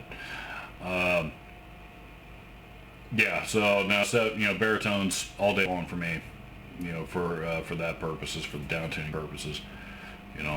Preference between Hughes and Kettner versus Laney, I think they both make great amps. I don't necessarily have a preference of one over the other. The Hughes and Kettner Grandmeister is fantastic. The Laney Ironheart stuff I think is fantastic. Those are kind of competing similar price points. Hughes and Kettner make, they make a lot more higher end stuff, with the tri-amps and the what's the duotone, the one that Tommy Thayer uses. I can't recall, but what would you recommend as a first pedal for a newbie player? I was looking at the Grand Canyon pedal. Now, the Grand Canyon is a delay pedal, and I wouldn't recommend that for a first delay pedal. That was pretty complicated. It's I don't know what kind of effect you're looking for. If you're looking for a distortion, or you're looking for a delay or a modulation of some kind. Man, I'll tell you, if you're looking for a distortion pedal, probably first, I would probably check out something along like the Joyo. Some of the Joyo pedals I think are great. They're inexpensive. Most of them sound pretty good. The Tone City pedals, same thing, and those are fantastic. Yeah, so, or any of the Boss stuff, because Boss pedals are awesome, and let's face it, you can't kill them.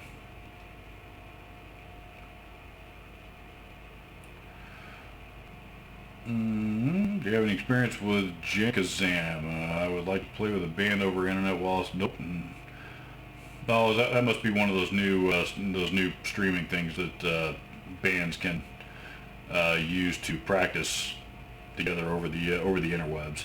Yeah, that's technology far beyond my head. I can tell you right now, I'm using OBS Streamlabs to stream this live feed, and I'm seeing a delay about probably 1 second or a little less of a delay between when I'm actually saying something and when I'm seeing myself on the screen saying something. So there is a delay with streaming.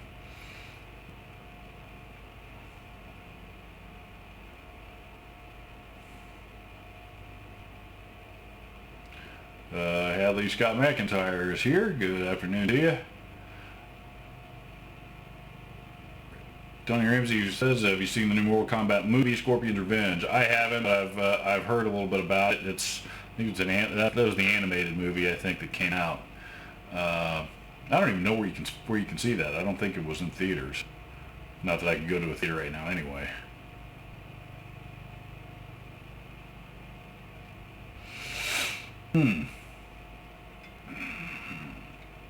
You have a lot of amazing fills. If you had to keep only 3, which ones? Ooh. Oh, man.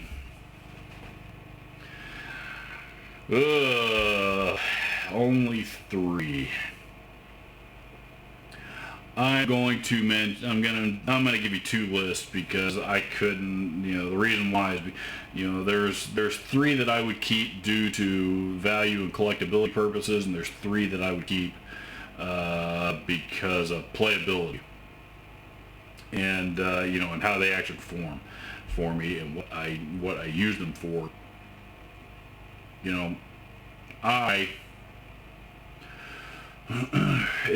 The 3 that I would keep for collectability purposes would be probably the Music Man Majesty, I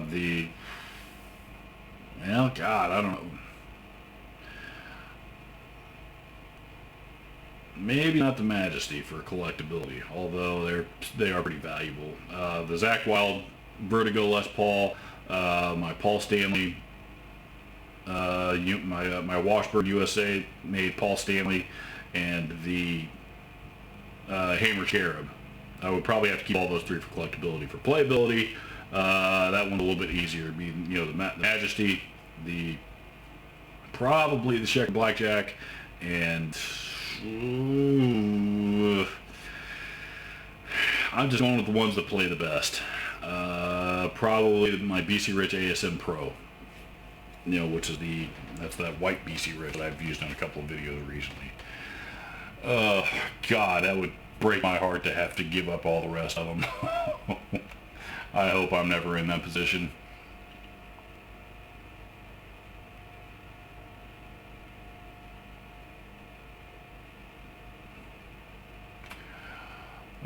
What do you think of Hidden Gems in the Ibanez Sound Tank series pedals? The Tube Screamer out of that series actually is pretty cool.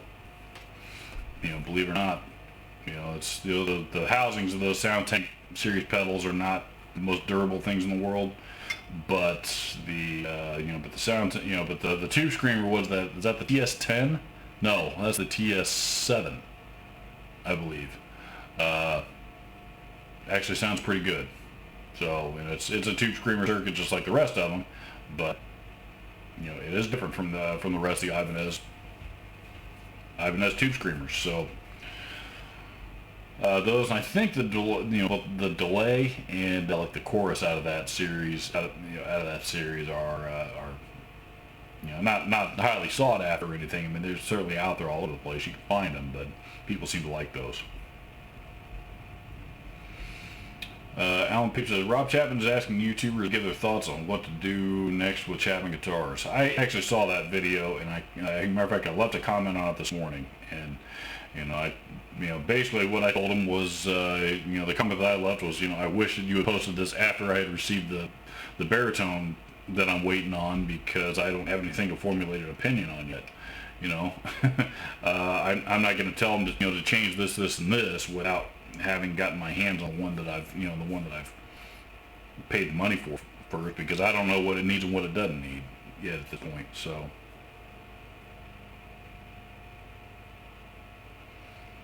Ronnie Webster says, what is your DAW of choice? I was using primarily Pro Tools. Tony will back me up on this. I was using primarily Pro Tools for, and disclosure, I didn't learn to start recording with the DAW until just a little over a year ago. About January of 2019 is when I finally dove in and started to learn it. And that's because something came up that I had to. So I had put it off for a long time. A little bit of nudging from, from Tony also helped, because he's been doing it forever.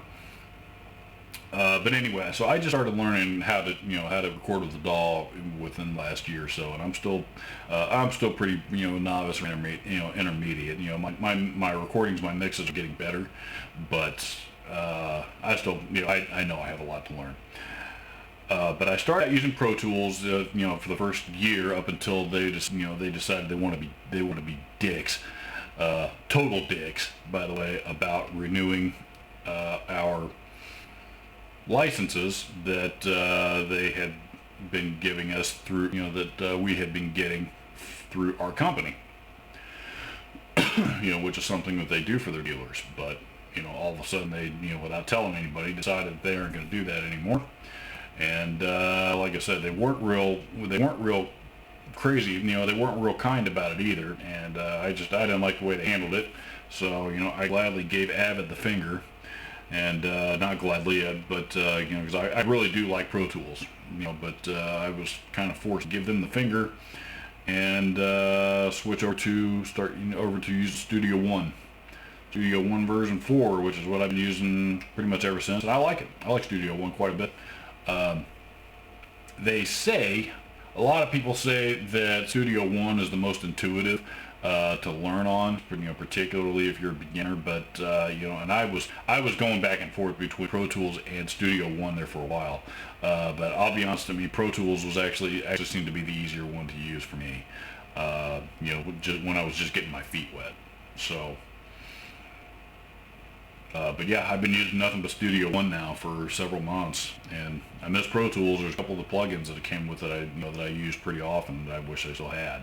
Or wish I could still use. I guess I still got them, but I can't use them. I don't know. Maybe one day I'll pull the trigger on a perpetual license or something. But I love Pro Tools. The Avid stuff is just so, God, it's expensive. It's expensive, and they're constantly nickel and diming you to death. Between I hate their subscription plan. So they're always always looking for money, and I get that's what makes the world go round. But they are the only software studio software company that seems to be doing that. So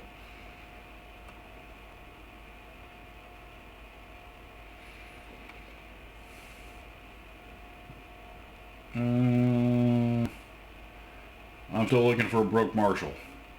I'm sure you'll find one, man. Keep at it. Luis Santiago says, what's your opinion on Seymour Duncan Pearly Gates pickups, or a set of hot rodded sets from Seymour? I like the tone of Tony Rombola at Basswood Body Flying V with Maple Neck. I'm not familiar with Tony Rombola, but I can tell you the Duncan hot rodded pickup set is my favorite pickup set. That's the JB and the Jazz. I've talked about this quite a bit. The JB, the Duncan JB model is my all-time favorite pickup. They are, it's a very, very versatile pickup. It does the high gain stuff really well. It roll back the volume knob on the guitar. It cleans up really, really well. And there's a reason why so many national artists use that pickup set. So I like the hot rodded pickup set quite a bit. The Pearly Gates is a cool pickup too. It's basically what the Pearly Gates is a '59 model with a little bit more output. That's a little bit more oomph to it. It's that one was basically designed with Billy Gibbons in mind, which is where the name came from. Named after his Pearly Gates Les Paul.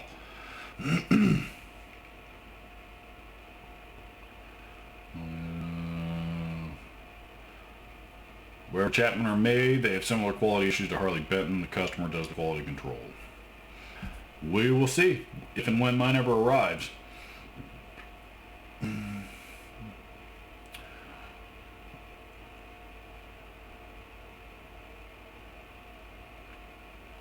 Stand up guy for answering us all. Thank you. I get on. I really do enjoy these. Enjoy doing these live streams and interacting with you guys. There's plenty of technical stuff that makes it a colossal size pain in the ass. There's some of the stuff I'm just not going to. I'm just having a tough time wrapping my brain around the technology with some of the stuff. But when it comes to actually sitting, and hanging with you guys, just talking, whatever. No, I actually really, really do enjoy it. So I hope that I'm able to keep, to get back. I haven't done it much the last 6 months because if you remember my old webcam, which I still haven't, it's still plugged in, but that thing looked like shit, and I hate that camera. And I just got to the point I didn't want to be caught dead using it again. And I wanted to be able to use one of my primary cameras that I shoot my videos with. And there's still some streaming setting in there somewhere that it's not looking quite the way that I want it to, but it's definitely a lot better than it was. But I couldn't use that until I got this capture card. And with the entire world on lockdown right now, streaming equipment, as I mentioned, is flying off shelves. And I actually ordered it not long after I got sent to work from home. And it took a month to get. So, yeah, I hope to be able to do more of these. A lot of it's going to be time permitting. On sometimes sometimes I get up at I'm up till 4 or 5 o'clock in the morning anyway on Friday nights editing video. And then I usually sleep till 11, 12, 1 o'clock or something. And sometimes I've still got enough editing video going on that I got to get right back to it, and it's going to take me all day. Fortunately, I got a bit of a jump. That's how much time I've got in a weekend is oftentimes a big factor, because one of my main goals is I don't want to be sitting anywhere. I don't want to be anywhere near this computer, this chair, anything on Sundays. That is my day to not worry about YouTube or work or any of that stuff. That is my day to play golf or play video games or watch football or whatever it is, depending on the time of year. So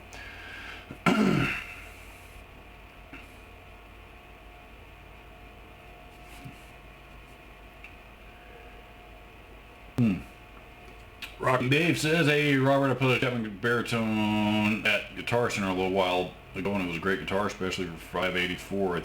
That sounds like the same one I've got on order. If it was a new one anyway. I ordered the ML1 baritone. It was a bolt-on neck. It's a bolt-on neck. Not the they have another one that's a neck through. That's with the ML1 Pro.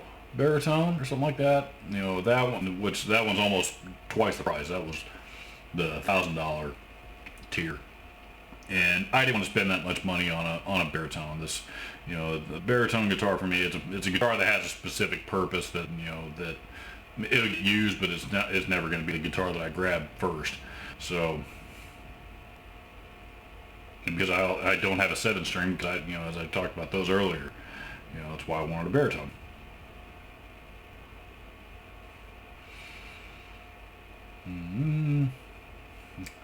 Paul Baker says, if you were wondering about a first pedal, I would personally recommend an inexpensive multi-effects pedal. I say that because you can try a lot of different effects and learn what you like.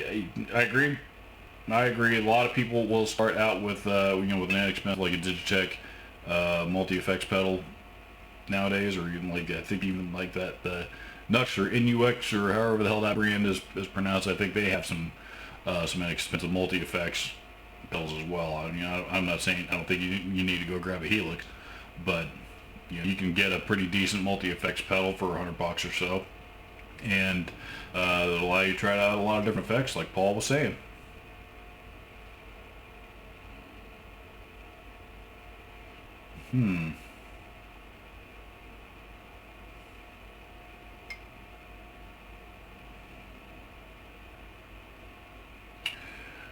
Alrighty.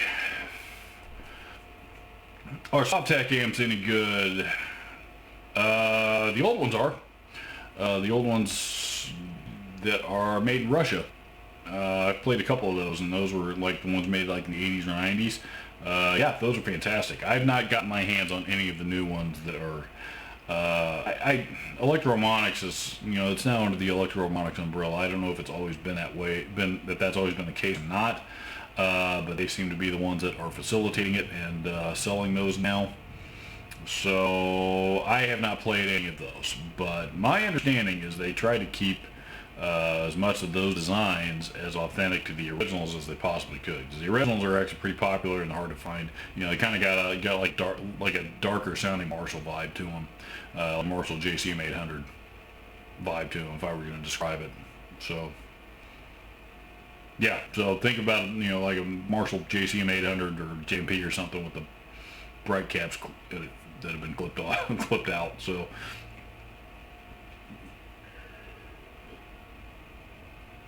all